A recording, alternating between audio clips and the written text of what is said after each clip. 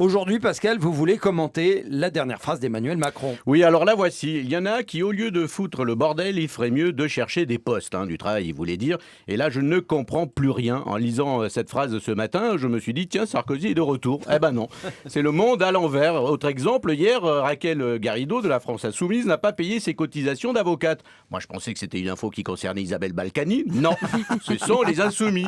Elle doit plus de 32 000 €. Donc, je viens de comprendre, insoumis, il faut le lire en 3 mots. Insoumis. C'est un sou de trop. Un sou de trop. Ensuite, Jean-Luc Mélenchon qui prend la classe business en avion. Là, je croyais que ça concernait Fillon. L'OM qui gagne un match, je vous l'ai dit, le monde à l'envers. Et Trump qui dit que c'est pas le moment de légiférer sur leur port d'armes. Non, là, c'est bon, c'est du Trump. Là, ça change pas. Donc, c'est le trouble. Il n'y a plus de logique. Je ne sais plus quoi penser. Je ne sais plus si je suis de gauche ou de droite. Mais Édouard Philippe, vous savez, ce grand mec dégarni avec une barbe de 3 jours. Mais si, il avait la garde de Juppé il n'y a pas un an. Vous vous souvenez pas? Mais s'il avait un week-end sur 2, oui. Le Premier ministre, c'est ça. Oui, je suis obligé de donner son nom, Édouard Philippe, et très vite sa fonction, parce que sinon on perd des auditeurs en route. Alors, lui, il continue de croire au clivage droite et gauche en faisant cette comparaison. Pour faire avancer la France, il faut une jambe droite et une jambe gauche. Voilà. C'est chiant, Mais je vous l'ai dit, on perd des auditeurs chaque fois que je prononce Édouard Philippe, je ne leur ferai plus.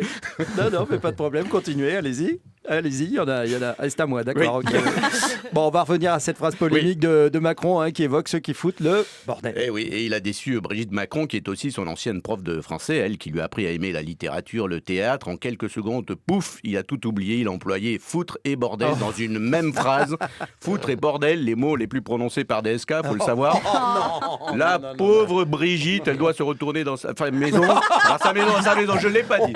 Surtout, je ne l'ai pas dit. Surtout que c'est pas la première fois qu'il dérape, mais c'est comme ça qu'il rééquilibre les comptes de l'Élysée, parce qu'elle a installé une cagnotte. Chaque fois qu'il dit un gros mot, il met 10 € dans le nourrin. Ouais. Et c'est pour ça aussi qu'il a supprimé l'ISF. À ce rythme-là, il était bon pour payer l'impôt sur la fortune en quelques jours. Alors il faut quand même remettre cette phrase dans le contexte. Macron était en déplacement en Corrèze et c'est là qu'il a tenu ses propos. Au lieu de foutre le bordel, il ferait mieux de trouver du boulot. En fait, ça suit une logique très précise. D'abord les feignants, ensuite ceux qui foutent le bordel et enfin ils devraient chercher du boulot. Tout ça en Corrèze. Alors moi j'ai compris, c'est l'emploi du temps de François Hollande. Là, je vois que ça.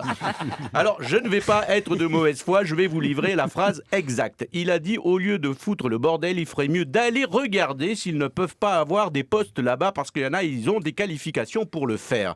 Et c'est très important, ça change tout. Il y en a, ils ont des qualifications, c'est là qu'on comprend qu'il ne parlait donc pas de Hollande. C'est quand même super important. Alors demain, au lieu de foutre le bordel, je reviendrai quand même parce que moi aussi j'ai des qualifications. Oui, il paraît, oui. C'est ce qu'on nous a dit, mais on n'a pas vérifié l'info encore. Je vais demain peut-être. Oui, peut-être demain, allez savoir. Merci Pascal Atenza. À retrouver tout en images sur francebleu.fr.